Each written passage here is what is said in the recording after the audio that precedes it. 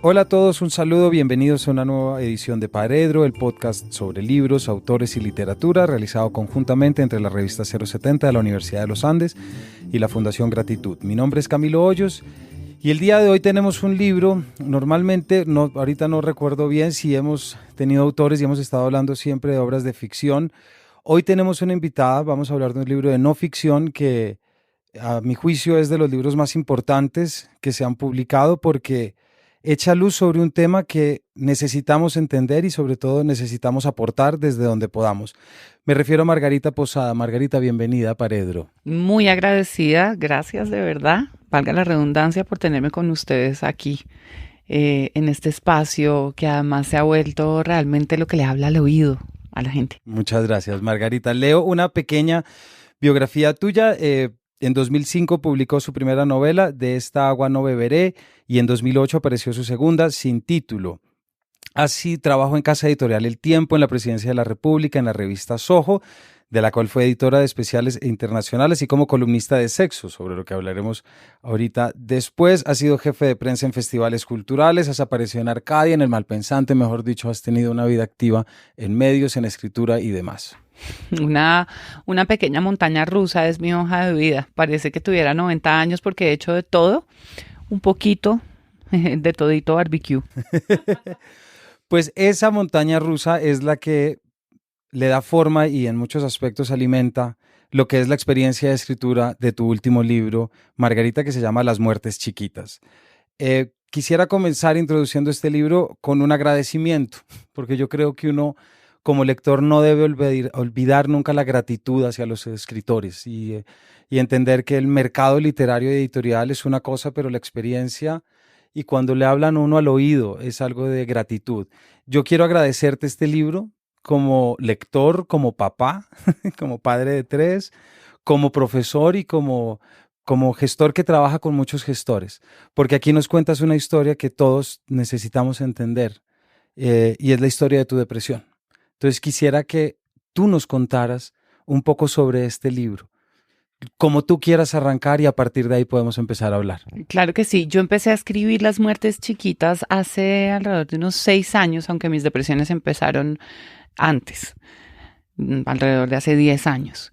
Y cuando yo empecé a escribir esto, primero había una novela de ficción bastante irónica, sarcástica, un poco tratando de imitar lo magistral que tiene este libro de John Kennedy Toole, La conjura de los necios. Y narraba la historia de un personaje que se creía o que tenía un problema de transpersonalización y se creía una periodista latinoamericana muy engreída.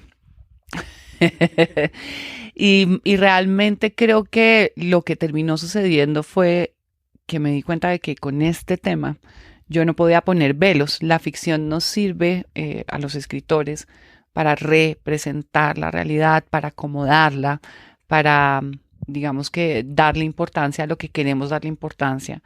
Y creo que con este tema, la ironía, que es tan importante en la ficción, no funcionó. No funcionó. Yo adoro la ironía, me parece que es un gran elemento de la narrativa y que ha sido un gran elemento en mi vida, pero ha sido bastante más útil para escribir ficción que para enfrentar la vida. Creo que de alguna manera me escondía detrás de la ironía. Y cuando decidí que iba a escribir este libro, empecé a escribir de muchas personas muy cercanas que se suicidaban. Y la gran pregunta era, ¿qué nos salva? ¿No? ¿Qué nos salva a todos los que padecemos de algún tipo de trastorno mental o que hemos tenido la idea de suicidarnos?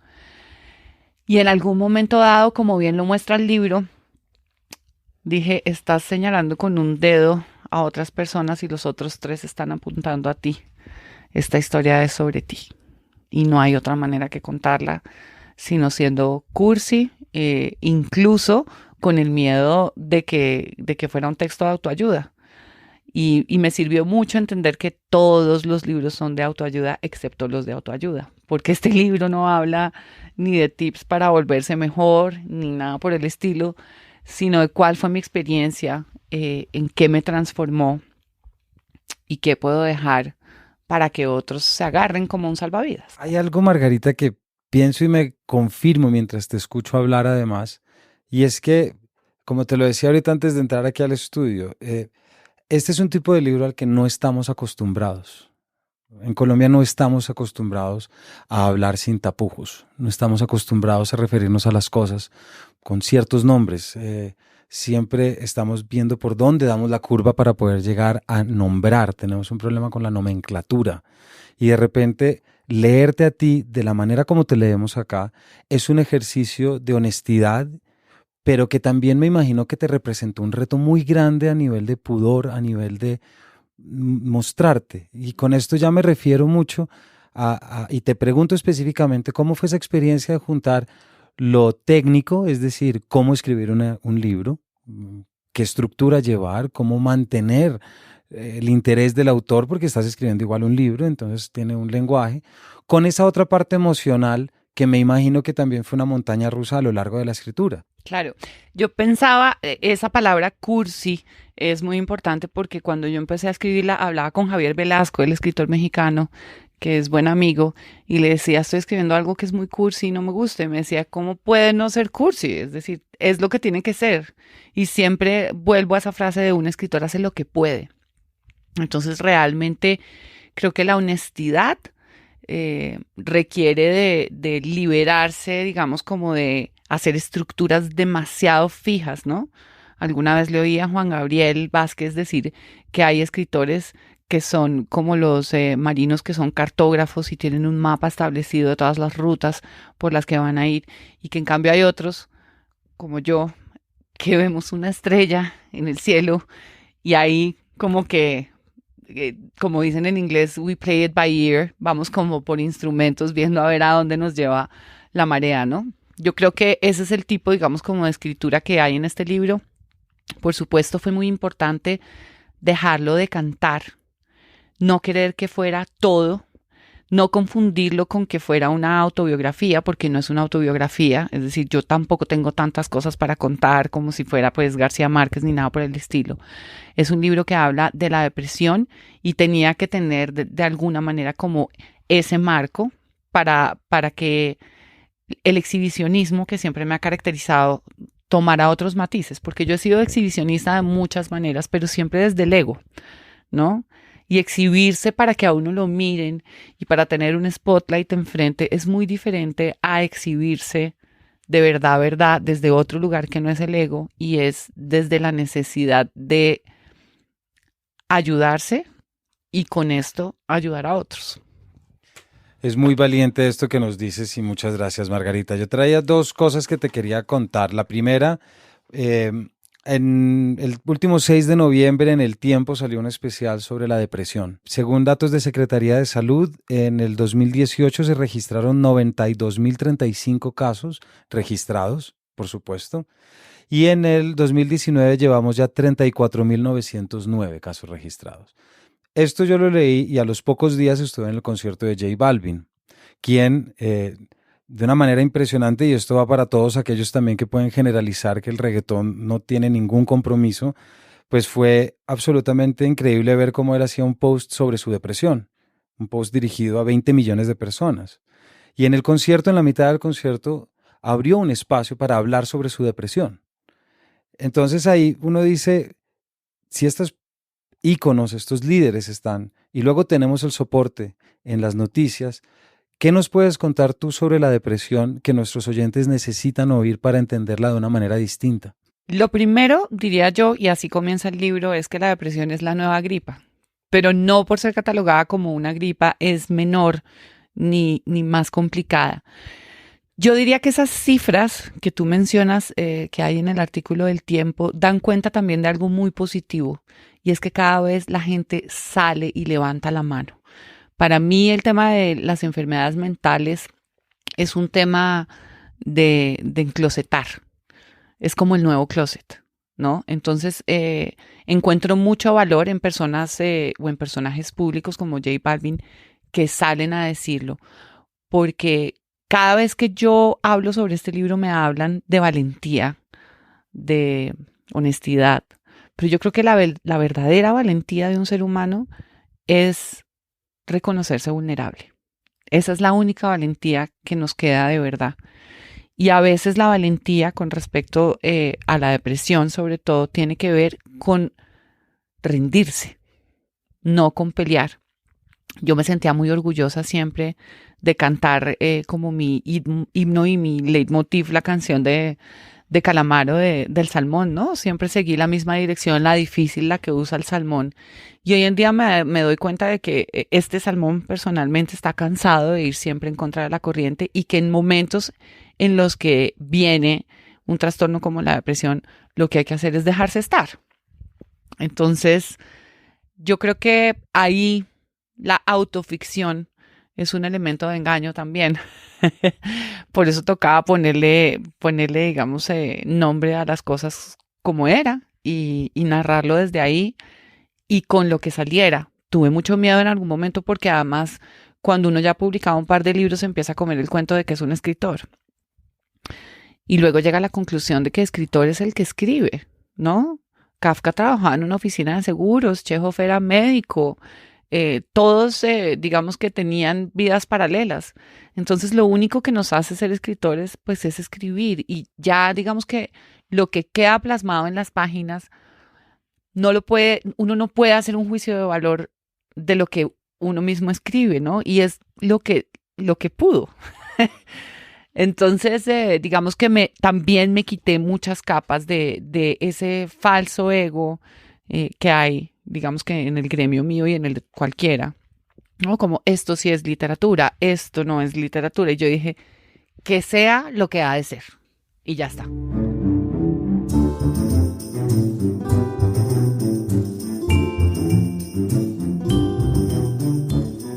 Cuando nos hablas de la literatura, quisiera preguntarte, pues una pregunta un poco obvia, pero a ver si de pronto me la entiendes de donde la quiero decir.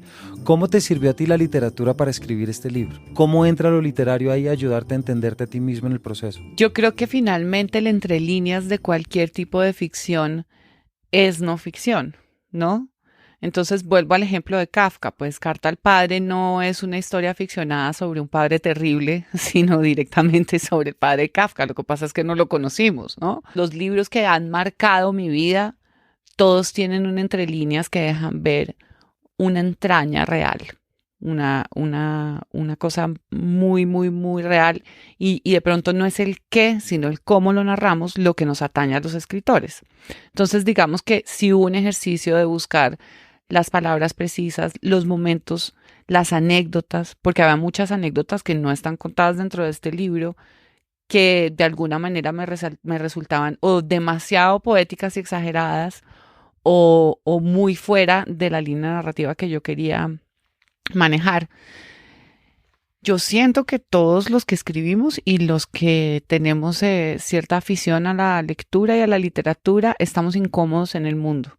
Y leer es una manera de estar un poquito más cómodo y de sentirnos menos solos, porque al final creo que todos estamos tremendamente solos y que realmente el ejercicio que vinimos a hacer acá es aprender a estar con nosotros mismos. Entonces, este libro a mí me sirvió en ese sentido y la literatura me ha servido siempre a aprender a estar conmigo, ¿no? A callar la voz de mi cabeza, a oír a otros, a leer a otros. Y pues ahí puedo mencionar libros transversales que han sido importantísimos para que yo llegara a este libro. Todo lo que encontré, por ejemplo, en las horas, en Mrs. Dalloway, todo lo que encontré en los diarios transcritos sin ningún tipo de edición de Sylvia Plath. Un libro muy importante de una escritora francesa que se llama Delphine de Vigan, que se llama Nada se opone a la noche, y es también una historia de no ficción sobre la bipolaridad de su mamá a partir del suicidio de su madre. Y Vilamatas, por ejemplo, que habla tanto de la desaparición del escritor en todos sus textos, y a través de él, Walser, ese gran poeta suizo que vivió 23 años en un psiquiátrico y que lo único que hacía era dar paseos. Creo que si quisiera estar catalogada o digamos que dentro de algún tipo de narrativa, a mí me gustaría que lo que yo escribo tuviera ese tinte y soy una gran imitadora de los escritores a los que admiro. Y así cierras también Hay una última frase que ahorita, si alcanzamos, la leeremos. Frente a esto que decías, Margarita, me parece muy importante sobre la educación que hemos recibido para estar con nosotros mismos y en dónde ha fallado nuestra educación en entender y saber que podemos estar. Tú le dedicas una página, no sé si la quieres leer tú o si quieres yo la leo. Vale. A lo mejor el balance que busca mi cuerpo a través de la depresión es ese, que me tome los respiros que no me he tomado, ni siquiera en situaciones en las que cualquier otro ser humano normal se queda paralizado y vive el miedo. Mi carrera contra el miedo, mi aversión a que me alcance, es precisamente lo que me deja exhausta. Pero acelerar y posponer son dos maneras exactas de evadir el presente. Así que mientras más a fondo meta el acelerador, más tiempo voy a estar dentro de las cobijas posponiendo mi vida. La depresión es un alto en el camino forzado y estrepitoso. La inmovilidad se parece mucho a la muerte y la cama se parece a un ataúd. La depresión es una muerte chiquita. Wow. Yo creo que la depresión sí debería ser descrita como una aversión al miedo y a la tristeza. Y deberíamos dejar a un lado la idea de que la depresión es una gran tristeza, porque no es una gran tristeza. La melancolía no se parece a la tristeza. De hecho, es un huir constante de esas sensaciones que nos causan dolor. Y es como dejar un dedo en una vela diciendo no me quemo, no me quemo, no me quemo, no me quemo hasta que está achicharrado. Cuando lo sacas está achicharrado. Yo siempre lo comparo mucho como con el coyote del correcaminos. El coyote del correcaminos siempre llega hasta la mitad del fondo del abismo. Y yo creo que todos los seres humanos se detienen en el borde del abismo. Las personas depresivas como yo, o bipolares o con trastornos, lo que hacemos es crear una irrealidad o una suerte de fantasía que nos hace seguir hasta la mitad y cuando nos damos cuenta, ¡ah!, nos vamos para abajo como el coyote. Quisiera preguntarte, Margarita, para que nuestros oyentes también entiendan sobre qué libro estamos usando, unas largas páginas en las que tú organizas tu vida. Hay una anécdota que creo que en este programa he contado por ahí 1000 veces, pero la volví a contar, que es cuando James Joyce está hablando con un amigo antes de terminar el Ulises y ese amigo le dice, ¿qué pasa? ¿Por qué no has terminado? ¿No tienes las palabras? Y Joyce le contesta, no, las palabras sí las tengo, lo que no tengo es el orden de las palabras. Que es genial. Y yo creo que desde que oí eso dije, claro, todo es el orden, ¿no? ¿Cómo ordenaste tú esas partes narrativas en las que querías mostrarle al lector desde tu propia experiencia lo que fue esa vida, no quiero decir equivocada, sino esas falsas apariencias que en algún momento te permitieron entender lo que no era? Yo creo que realmente este libro está escrito como cuando uno está editando algo o está viendo una película al detalle y dice, uy, pausa aquí y rewind, devolvámonos. Entonces uno se devuelve. ¿Por qué? Porque la depresión no es como, llegamos y está el hoyo negro y allá está. No, ¿qué pasó antes? Porque para caerse por el abismo como el coyote hay que coger impulso. Entonces lo que yo trato de describir en esos momentos que son bastante narrativos es qué pasa cuando el coyote está aquí montado en el cerro y empieza a coger impulso, ¿no? Y creo que eso tiene mucho que ver con la bipolaridad, aunque yo no he sido diagnosticada con bipolaridad clara. ¿Por qué? Porque las manías generalmente vienen acompañadas o de episodios psicóticos o de paranoia. Y entonces yo pensaba que eso era mucho más grave que ser depresivo. Y resulta que mis manías y mis episodios psicóticos son la ilusión de ser una persona normal. Entonces, si tú te das cuenta en mi libro, casi siempre esos detonantes de la depresión son carreras por ser mamá, casarme, ¿no? Como mostrarle al mundo que soy una persona funcional con todos los deber ser que amerita pues que uno califique dentro de una persona normal. Yo siempre lo comparo con una canción de Gwen Stefani que creo que la cantaba con No Doubt, que dice All the simple things are simply too complicated for my life. Todas las cosas simples son simplemente demasiado complicadas para mi vida. Porque realmente lo que yo entendí escribiendo este libro es que la manera en la que yo quería llegar a esos lugares de normalidad en los que están otras personas era muy loca. No, era, me voy a casar con este, listo, trumpa, no, como si fuera una ficción, como yo esto lo pego con babas y hacía castillos en el aire. Afortunadamente tuve la entereza y los ovarios para retractarme, para decir, estoy de repente inventándome algo donde no hay la suficiente solidez y aparte de eso estoy traicionando mi esencia. Porque de repente no estamos todos ni para ser esposas, ni para tener hijos, y hay mil maneras, por ejemplo, de abordar la maternidad. Entonces, todo este proceso de narrativa clara, describiendo qué fue lo que sucedió, fue lo que me ayudó a mí a aclarar mi cabeza para darme cuenta de qué es lo que pasa antes de deprimirse y por qué digamos que todos los seres humanos oscilamos entre una emoción y otra de una manera de que digamos ojalá fuera curva y un poquito menos digamos estrepitosa que lo que nos sucede a las personas con trastornos mentales, y es que tenemos unos picos inmensos, unos para arriba y para abajo y otros solo para abajo o solo para arriba. Entonces ahí siempre hay que mirar dónde está la subida para caer, dónde coges impulso para tirarte al abismo. Y esos son, digamos que los intuyo pues que esos son los momentos más narrativos de los que están hablando. Y me acuerdo que yo vi Homeland porque alguien me dijo, es que el personaje es bipolar. Y ahí fue que me interesó. A mí no me interesaba ver una serie de terroristas y islam y otros gringos paniqueados.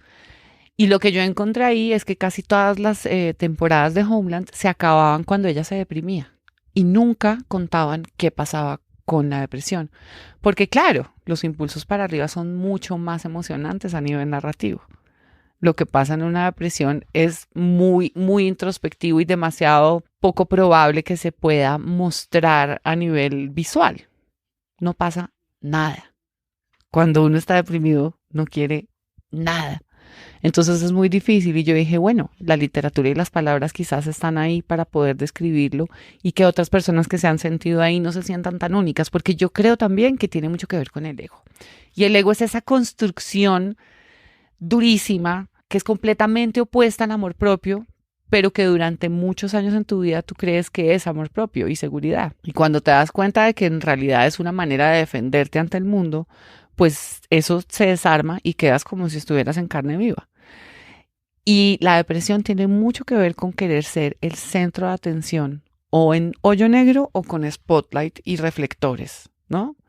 Cuando uno sale de esos dos lugares es cuando encuentra claridad para poder ver que esa oscuridad absoluta y ese brillo absoluto tienen que tener unos matices. Y ahí es cuando uno empieza a entender mejor su enfermedad.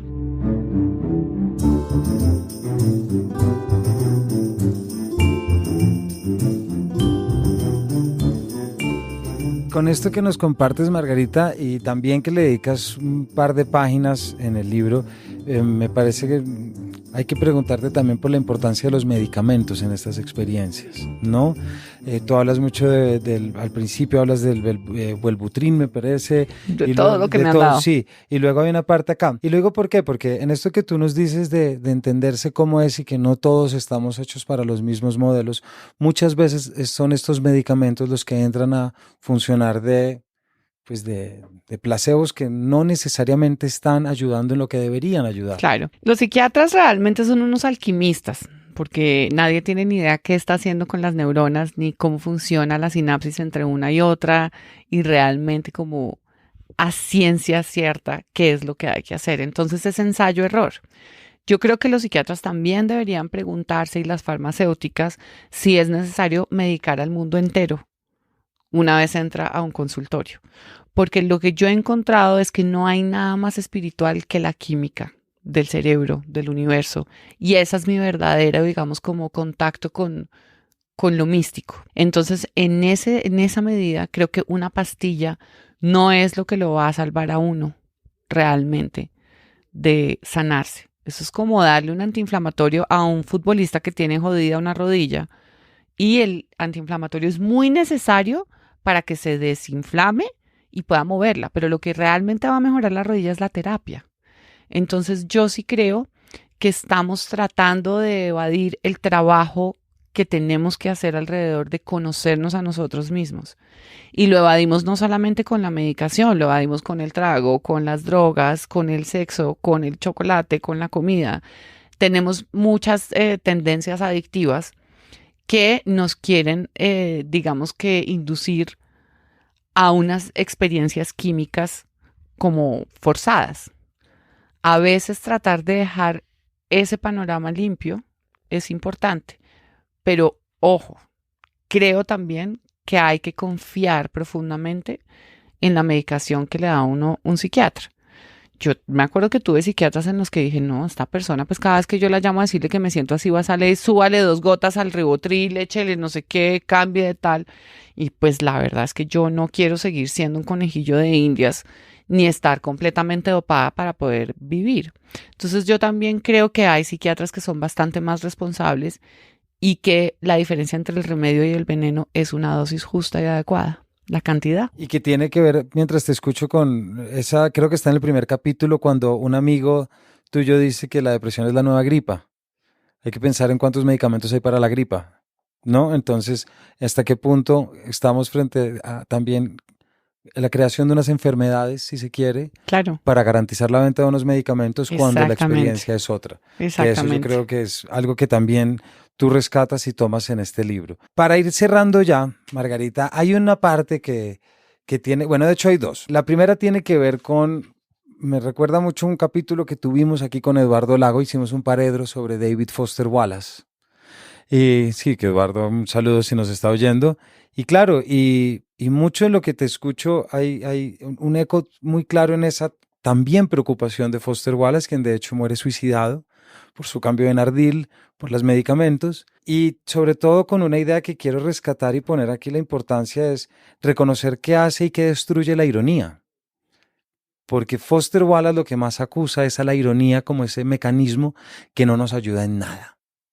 O sea, la ironía es inútil para efectos de sanación, comprensión, inclusión.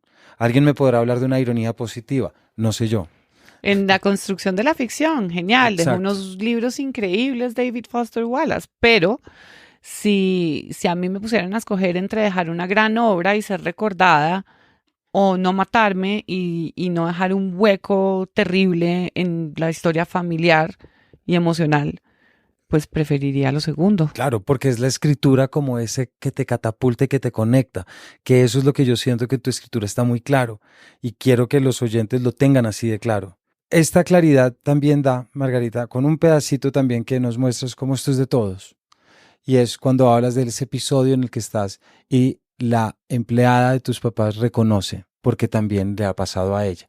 Es decir, Claro. aquí estamos con algo que no es de una clase, no es de un barrio. No, lo que pasa es que, claro, las personas tienden a decir que es que la gente que tiene problemas de verdad no puede darse el lujo de deprimirse.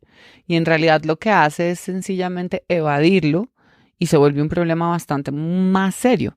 Yo me sentía completamente miserable por sentirme miserable en un país tan atribulado como el nuestro, en donde además yo tengo todas las comodidades y todas las cosas o los bienes posibles que alguien desearía.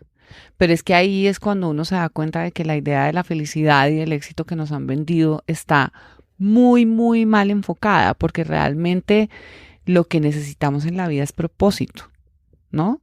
No es tenerlo todo, no tenerlo todo. Y la depresión precisamente es esa la enfermedad y es incluso estando en un lugar en el que estás seguro y contenido, sentir que estás en una cuerda floja.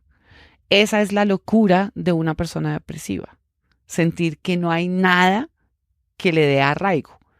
Y ahí es donde yo creo que uno tiene que escarbar y buscar ombligo, como dicen las mujeres guayú, ¿no? Por eso quizás me fui 6 meses a terminar este libro a mi finca en Cachipay, que es donde creo que está mi ombligo. Margarita, muchas gracias. Creo que con esto último, bueno, te iba a hacer la última pregunta, pero creo que ya la estás diciendo por si quieres agregar.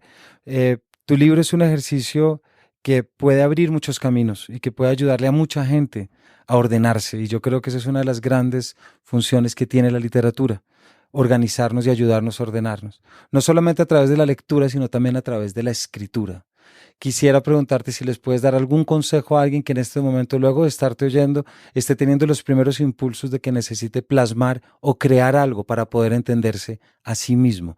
¿Qué hacer? Poner un dedo detrás del otro o coger el esfero y escribir. Escribir es una terapia, no importa si es bueno o es malo el tiempo da cuenta de lo que un escritor hizo. No lo puede hacer el escritor mismo.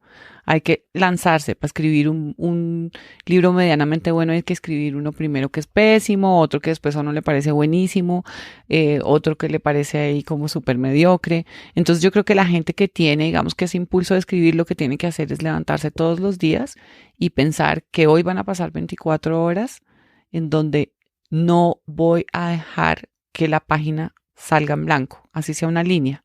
Yo lo hablo mucho ahí cuando me costaba escribir estando en un estado depresivo, y es una línea con las palabras escogidas. Quizás también creo que es importante decirles a todos los que han sentido que están en el abismo o al borde del abismo, que realmente nos salva la literatura, la música y todas esas formas de arte en la que los seres humanos podemos convertir una experiencia dolorosa en algo transformador para otros. Si una sola persona que sufre de depresión y está pensando en matarse reconsidera la idea de quitarse la vida al leer estas páginas, yo me habré salvado también.